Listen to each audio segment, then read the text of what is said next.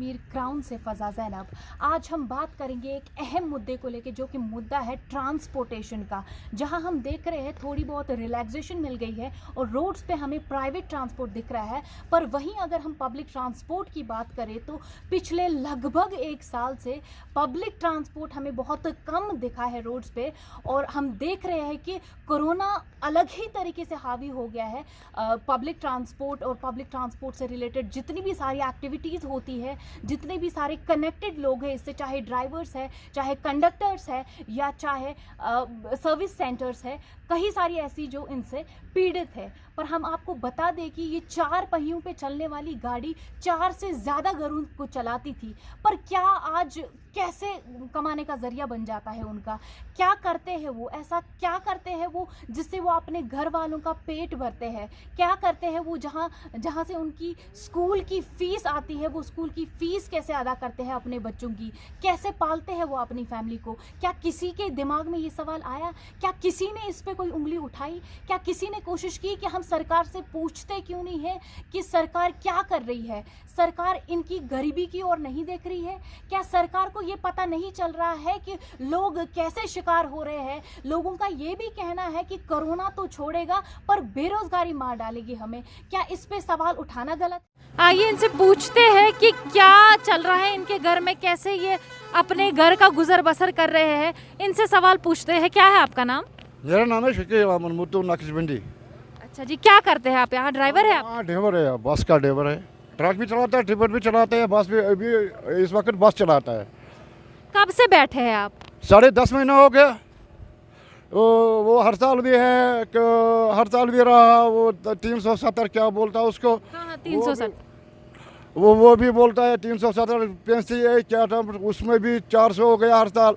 उसके बाद भी हड़ताल है, उसके बाद हो गया वो रेक्सिन, जो ये वारिस चढ़ गया कोरोना। बस वाला सारा बैठ कर है इस वक्त। सारा ज़्यादा मुसीबत ड्राइवर के अंदर का है। मैं इस चीज़ बताऊँ, मालिक का भी मुसीबत है, मगर मालिक को चलेगी। जिसको एक गाड़ी है 3 लाख का, 5 लाख का, 10 लाख का, 20 लाख का गाड़ी है, उसको 4 महीना या 10 महीना चलेगी, घर पर साल भर चावल भी चलेगी, सब कुछ चलेगी। मगर एक मजदूर को क्या चलेगी? जो सुबह निकलता है शाम को आता है, नाइट पर भी जाता है, उसको 2 दिन में एक ही दिन होता है रेट। अगर वो कल जाएगी नाइट पर, सुबह आएगी, सुबह बैठ कर वो सुबह बैठता है, वो सुबह काम वाम कुछ नहीं करता है। इस वक्त यहाँ बहुत मुसीबत है।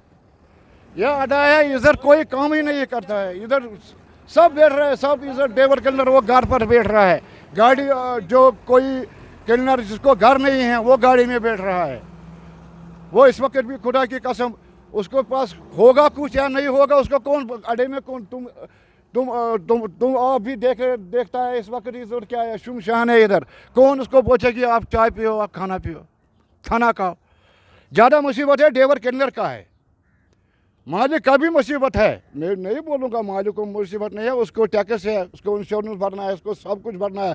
जो अड्डे का जो एजेंट है, ज़्यादा चैलेंज मैं बोलता हूँ, ज़्यादा चैलेंज अड्डे का जो एजेंट है, उस बेचारे को कुछ तनख्वाह 4,000, 5,000, 6,000, 7,000, 3,000 उसको महीने को तनख्वाह है। अच्छा, ये बताइए घर कैसे पाल रहे हैं अभी? घर का क्या हाल? वो क्या, वो लोग ही, मुझे पता है, लोग ही देता है लोगों को। ये मुसलमानों को इंसाफ है ना, मुझे चलता है वही, एक चलाता है, दूसरे को दूसरा चलाते हैं। मगर अमीर शख्स उसके का गरीब को देता है। मतलब एक दूसरे की मदद करते हो आप? हाँ, इस वक्त करता है, इस वक्त कश्मीर में करता है। अंदरूनी करता है, बाहर से कोई अंदर इधर मदद होता है होता है तो वो अंदर से मदद होता है, बाहर से नहीं है। कितना गुस्सा भरा है, कितनी नाराजगी भरी है ये गवर्नमेंट के खिलाफ। देखिए कह रहे हैं कि सरकार ने इनकी कोई मदद नहीं की, और जो मदद की उसमें इनका गुजारा नहीं हो पा रहा है। आपने जाना कि कैसे ये बात करते, कैसे ये परेशान हो चुके हैं हालातों से, और लगभग 1 साल से ये कुछ काम नहीं कर पा रहे हैं। इनके पास कोई भी रोजगारी का जरिया नहीं है, कोई मदद नहीं कर रहा है इनकी। आपका नाम बताइए। मेरा नाम मोहम्मद शफी। मोहम्मद शफी, क्या करते हैं आप? गाड़ी चलाते हैं आप? हम टूरिस्ट डील करते हैं, टूरिस्ट काम करते हैं, जो है नहीं है, जो पिछले साल से नहीं है। मतलब 5 अगस्त से हमारा काम कोई नहीं है। तो ये टूरिस्ट टैक्सी में हमारा गाड़ियों का हालात देखो क्या है, गाड़ियों का हालात है इधर।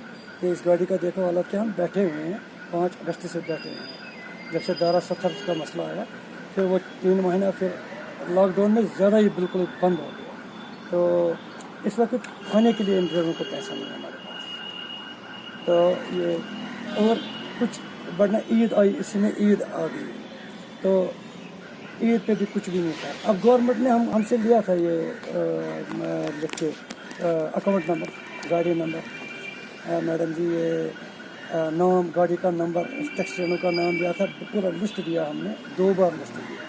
तो कहने में आया था गवर्नमेंट आपको अकाउंट में पैसा डाल देंगे, चाहे 5,000 चाहे कितना डालें हम, या लॉकडाउन है या अच्छा है, गवर्नमेंट ने अच्छा किया, तो बहुत अच्छा काम किया गवर्नमेंट ने। लेकिन एक चीज़ है, गवर्नमेंट को ये सोचना चाहिए, जो यहाँ वो तबका है जो दिन को कमाता है, शाम को खाता है और बच्चों को खिलाते हैं, उस चीज़ को मद्देनज़र रखकर गवर्नमेंट ने अब बोला था, हमने किया ये 4-5 महीना, क्योंकि अगस्त से आज 10वां महीना है, हम और 2-3 महीने के लिए, जो माहिर जो बोलते हैं अगस्त में सितंबर तक ये ठीक हो जाएगा, हम 2-3 महीने और करने के लिए, लॉकडाउन करने के लिए तैयार है।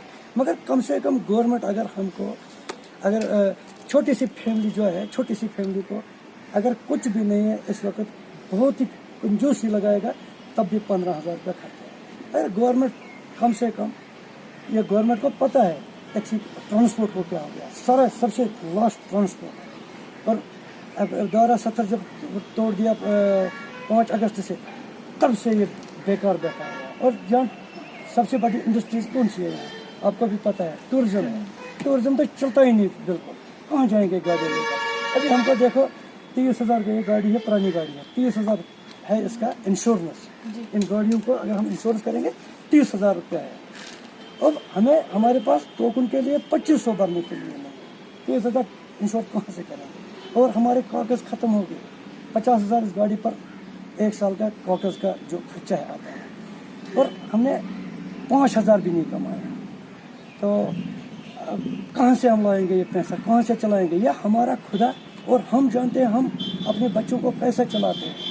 बहुत बहुत शुक्रिया आपका, आपने बहुत अच्छे से हमारे सवालात का जवाब दिया, बहुत अच्छे से आपने जवाब दिया।